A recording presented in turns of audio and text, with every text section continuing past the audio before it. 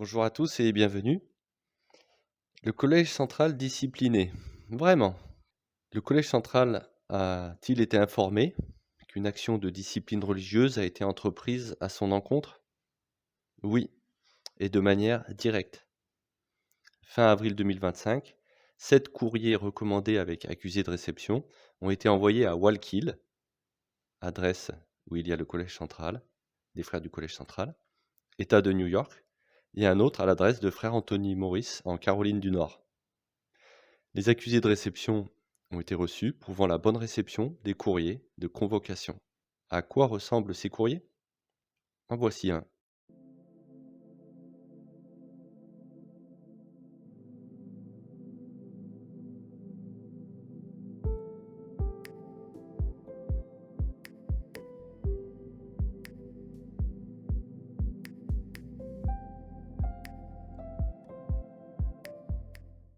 Le collège central a-t-il réagi à ces lettres ou bien se moque-t-il éperdument de l'action entreprise?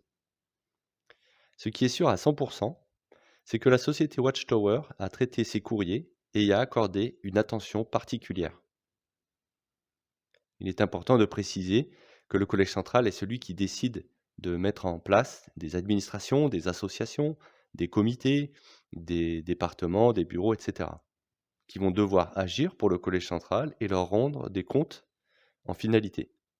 Certaines entités ont une existence légale et juridique, et d'autres ont une existence plus ou moins théocratique.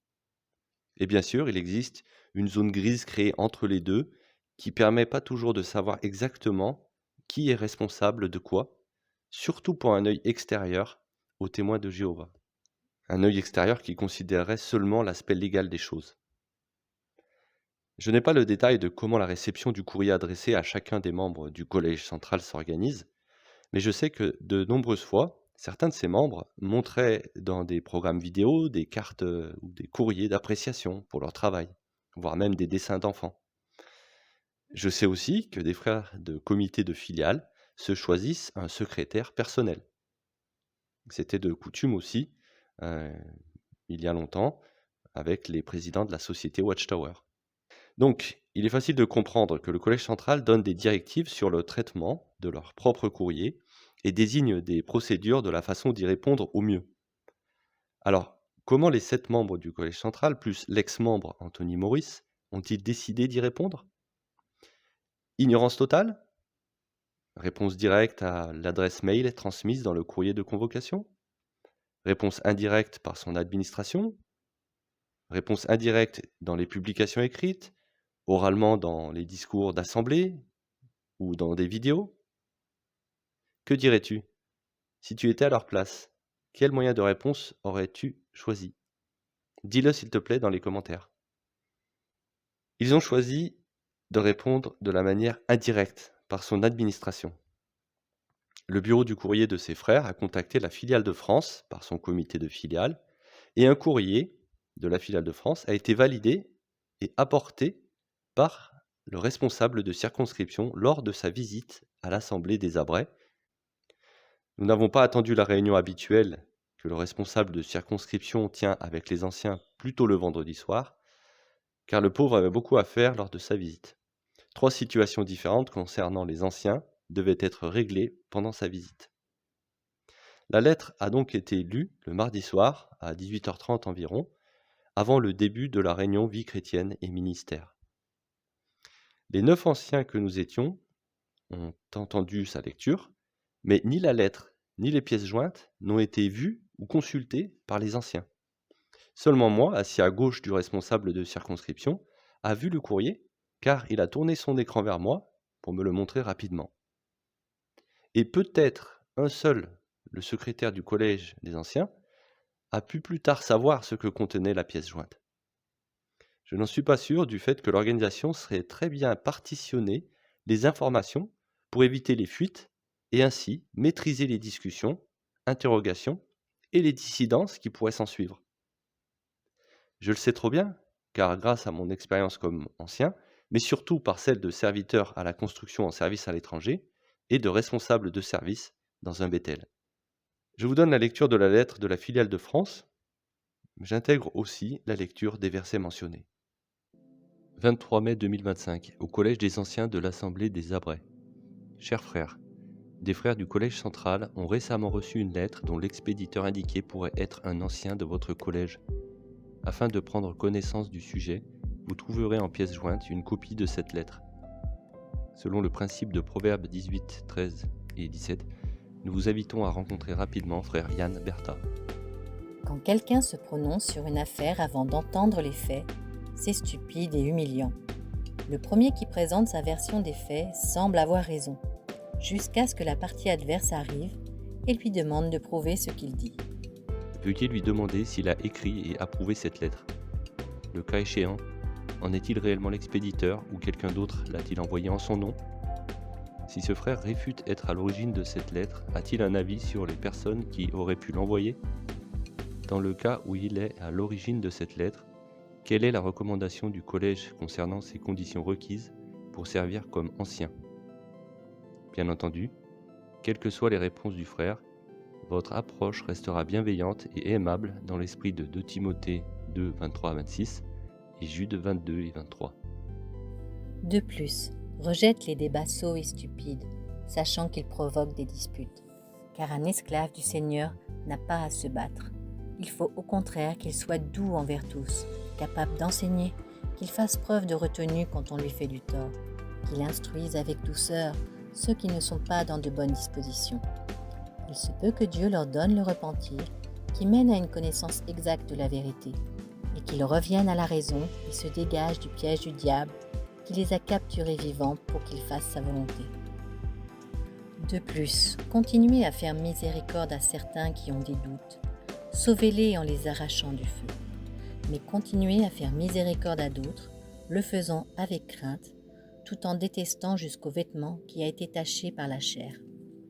Nous souhaitons recevoir prochainement vos remarques et vos recommandations concernant cette situation, ainsi que celles de votre responsable de circonscription que nous mettons en copie. Nous vous demandons toutefois à ne pas prendre aucune mesure définitive dans le traitement de cette situation avant d'avoir un retour de la filiale à ce sujet. Priant Jéhovah de bénir votre œuvre pastorale dévouée, nous vous assurons, chers frères, de notre profonde affection fraternelle. Vos frères Association Cultuelle, les Témoins de Jéhovah de France. Finalement, la lettre n'a pas été transmise aux anciens, seulement aux responsables de circonscription. La filiale a demandé oralement aux responsables de circo de choisir l'ancien de son choix pour me rencontrer. Finalement, rendez-vous a été pris pour que le jeudi 29 mai, je le rencontre en compagnie d'un autre ancien, le secrétaire du collège. Donc, les choses se sont passées comme ceci avant et pendant la semaine spéciale. Début mai, convocation au comité d'anciens reçu par les 7 membres du collège central, plus frère Anthony Maurice. Vendredi 23 mai 2025, lettre de la filiale de France envoyée aux responsables de Circo. Mardi 27 mai 2025, lecture de cette lettre devant les anciens du collège des Abrais. Mercredi 28 mai 2025, réunion avec le collège. Jeudi 29 mai 2025, rendez-vous avec le responsable de circonscription et un ancien à la salle du royaume. Vendredi 30 mai 2025, réunion avec le collège et compte rendu au collège. Dimanche 1er juin, rendez-vous avec le responsable de circonscription et un ancien. Le lendemain, mercredi 28 mai, j'ai décidé de ne pas assister au reste de la semaine spéciale et j'ai envoyé à chacun des 8 anciens, ainsi qu'au responsable de Circo, un courrier de demande de suppression de mes données personnelles. Je n'ai donc pas assisté aux réunions du collège du 28 et du 30 mai. J'ai aussi décliné l'entrevue qui devait avoir lieu le jeudi. Donc jeudi, voyant que j'étais resté ferme dans ma décision de ne pas venir à ce rendez-vous avec un ancien et le responsable de circonscription, ils se sont pointés chez moi, bien qu'étant déjà au courant de ma demande de suppression des données personnelles. À partir de ce moment-là, je leur ai dit clairement que je ne recevrais plus 2 frères nommés ensemble à ma porte. Le vendredi, j'ai eu des échos indiquant que j'aurais confirmé une quelconque responsabilité en lien avec les questions de la filiale de France. Le dimanche, j'ai rencontré à la salle du royaume le responsable de circonscription et l'ancien désigné pour préciser à nouveau mon propos. Je leur ai dit que je viendrais avec quelqu'un pour qu'il soit témoin de ce que je dirais. Le responsable de Circo a refusé. Du coup, je me suis rendu en demandant encore une fois que quelqu'un assiste par téléphone à notre conversation. Il a encore refusé.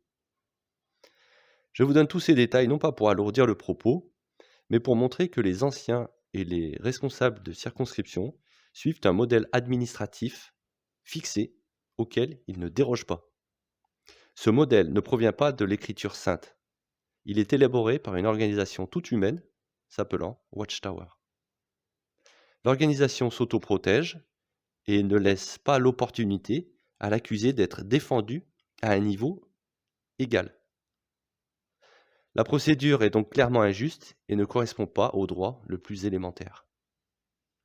Quoi qu'il en soit, je n'ai ni confirmé ni infirmé les questions de la filiale. J'ai répondu que je n'avais pas d'informations à leur donner et que si le collège central avait quelque chose contre moi, il devait respecter l'idée de Matthieu chapitre 18 verset 15. Si ton frère commet un péché, va lui expliquer sa faute entre toi et lui seul. S'il t'écoute, tu as gagné ton frère. Du fait que, depuis le vendredi 30 mai, aucun ancien, à l'exception d'un seul, ne souhaitait me parler, quelques jours plus tard, le 5 juin, j'ai écrit aux anciens et aux responsables de circonscription le courrier suivant. Observation concernant un possible faux témoignage. Frères, je me permets de vous adresser ce courrier afin de vous faire part de ma préoccupation renouvelée concernant l'éventuelle existence d'un témoignage qui aurait été élaboré subjectivement après nos entretiens dans le but de modifier la perception des autres anciens du collège à mon égard et qui pourrait contenir des propos que je n'ai jamais exprimés ni validés. Je précise également avoir déjà été calomnié par le passé au sein de cette même assemblée et je souhaite fermement que ma réputation ainsi que celle de ma famille ne soit pas à nouveau salie de manière injuste. Nos échanges ont eu lieu le jeudi 29 mai aux alentours de 11h, puis le dimanche 1er juin à 8h30. À ce jour, je tiens à préciser une fois de plus que je n'ai apporté aucune réponse écrite ou orale au courrier transmis par la filiale de France. Il serait donc préoccupant qu'un document ou un compte-rendu ait été établi en mon nom ou à mon sujet sans mon accord explicite. Mes questions étaient de cet ordre. Cette lettre a-t-elle été effectivement rédigée et approuvée par le frère auquel elle est attribuée? Si oui, est-il lui-même l'expéditeur de ce courrier ou celui-ci aurait-il été transmis par une autre personne en son nom? Si le frère concerné n'est pas à l'origine de cette lettre, a-t-il une idée ou une opinion sur l'identité de la ou des personnes qui auraient pu en être les auteurs? Enfin, dans le cas où il serait effectivement l'auteur de la lettre, quelle serait alors la recommandation du Collège des Anciens concernant ces conditions requises pour servir comme ancien? Sur le plan spirituel, je souhaite rappeler avec respect mais aussi en toute franchise que la loi du Dieu de vérité, Jéhovah, condamne toute forme de faux témoignage, comme le précisent les Écritures. Exode chapitre 20 verset 16. Tu ne porteras pas de faux témoignages contre ton prochain. Révélation chapitre 21 verset 8. Quant aux lâches, aux personnes sans foi et à tous les menteurs, leur part sera dans le lac de feu et de soufre. Sur le plan juridique, la législation française garantit à chacun le respect de son intégrité et de sa vie privée, notamment article 9 du Code civil. Chacun a droit au respect de sa vie privée. Article 226-10 du Code pénal. La dénonciation, effectuée par tout moyen et dirigée contre une personne déterminée d'un fait qui est de nature à entraîner des sanctions judiciaires, administratives ou disciplinaires, et que l'on sait totalement ou partiellement inexact, est punie de 5 ans d'emprisonnement et de 45 000 € d'amende. Par ailleurs, je rappelle avoir expressément demandé la suppression de mes données personnelles en date du 28 mai 2025. Je m'attends à ce que cette demande soit strictement respectée, conformément à la réglementation en vigueur. À défaut, je me réserve le droit de déposer une plainte en justice. Je vous remercie de votre attention et vous prie d'agréer, frère, l'expression de mes salutations fraternelles. Donc, je n'ai ni confirmé ni infirmé les questions de la filiale. Puisque le Collège central a quelque chose contre moi, il doit me parler directement et respecter l'idée de Matthieu chapitre 18 verset 15. Finalement, la lumière spirituelle grandit pour moi grâce à mon engagement. Maintenant, j'ai la confirmation directe et personnelle que ce Collège central ne respecte pas ce que Jésus demande sur la question du règlement des litiges entre frères. Bien sûr, j'avais déjà observé cela à de nombreuses reprises auparavant, parmi des frères responsables. Alors maintenant, je m'adresse à vous, mes frères du Collège central. Si vous ne respectez pas ces principes élémentaires, quelle confiance devrais-je avoir en vous concernant d'autres questions? Ça risque d'être compliqué, n'est-ce pas? De quelle façon traitez-vous les brebis et que faites-vous de celles qui souffrent de la période Covid et qui ont besoin de s'exprimer? Jésus a-t-il vraiment confiance en vous alors que vous cherchez, par pouvoir administratif habile, à les bâillonner? Je dis ceci car l'esprit dans les assemblées est toujours à la censure sur cette question vaccinale et cette censure provient de vous.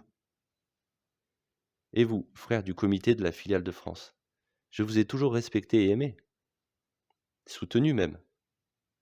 Particulièrement toi, Bruno, qui a prononcé mon discours de baptême. Toi, Patrick, qui m'a motivé, qui a eu confiance en moi. Ou toi, Tab, si tu es toujours à Louviers, qui m'a permis de devenir plus équilibré. Avec votre niveau de connaissance et de compréhension, pourquoi faites-vous taire votre conscience? Et pourquoi acceptez-vous ce qui se passe dans cette organisation concernant la question vaccination, la discrimination et la chasse aux sorcières qui s'en est suivie? Et pour plein d'autres raisons. Pourquoi pas un seul d'entre vous ne m'a contacté personnellement? Êtes-vous réellement des bergers? De qui êtes-vous devenus esclaves? Qui est votre véritable conducteur? Le Christ? Ou un groupe d'hommes autoproclamés esclaves fidèles et avisés? N'êtes-vous pas tombé dans une forme d'idolâtrie? Je ne vous bombarde pas de versets bibliques, car vous les connaissez très bien, mais je vous laisse l'occasion de répondre par vous-même et dans la prière à toutes ces questions. Je vous ai tous considérés comme des modèles à certains moments de ma vie, mais maintenant les choses sont bien trop claires et limpides à mes yeux. Malheureusement, vous trahissez le seul Seigneur et Maître, Jésus. Je n'ai qu'une seule chose à vous dire, et elle vient du fond de mon cœur. Repentez-vous et retournez-vous, car il est encore temps. Alors en conclusion, voici la réponse à vos questions, et je vous précise tout de suite qu'elles ne sont en aucun cas un langage de ce que la Watchtower appelle la guerre théocratique. Je vous réponds en chrétien, en frère de Christ. Les questions étaient: veuillez lui demander s'il a écrit et approuvé cette lettre. Je ne l'ai pas écrite, mais je l'approuve à 100%. En est-il réellement l'expéditeur, ou quelqu'un d'autre l'a-t-il envoyé en son nom? Je suis l'expéditeur de 4 d'entre elles. Si ce frère réfute être à l'origine de cette lettre, a-t-il un avis sur les personnes qui auraient pu l'envoyer? Je ne réfute pas ma responsabilité. Ce que j'ai fait, je l'ai fait par amour pour Dieu, pour Christ, pour mes frères et sœurs, pour la recherche de la justice et de la vérité, pour la vie, et bien sûr par amour agapé, pour des conducteurs religieux égarés que vous avez accepté de devenir. Je laisse le soin aux autres personnes impliquées de répondre si elles le souhaitent. Dans le cas où il est à l'origine de cette lettre, quelle est la recommandation du collège concernant ces conditions requises pour servir comme ancien? Mon argument premier aurait été de dire: quelle raison scripturale avez-vous contre cette démarche? La question n'aurait pas été répondue bibliquement, parce que mes compagnons anciens préfèrent suivre les instructions d'hommes qui varient en permanence, en mettant habilement de côté les Écritures. De plus, des juges doivent s'informer sur le sujet pour rendre un jugement juste et pondéré. Ces anciens refusent de faire leurs propres recherches, et donc leur décision n'aurait eu aucune valeur, ni dans le ciel, ni sur la terre. Alors voilà, vous avez ma réponse officielle, et je sais très bien qu'elle vous parviendra, car la Watchtower est obligée aujourd'hui de tenir compte de ce qui se dit sur les réseaux sociaux. J'espère que vous avez anticipé ce qui se passe, car demain, le 15 septembre 2025, sera dévoilée et partagée au monde entier la discipline religieuse pour 8 personnes du Collège central des témoins de Jéhovah qui ont été impliquées dans l'encouragement vaccinal. Je vous souhaite à tous du bonheur et de continuer à marcher avec une conscience renouvelée. À très vite.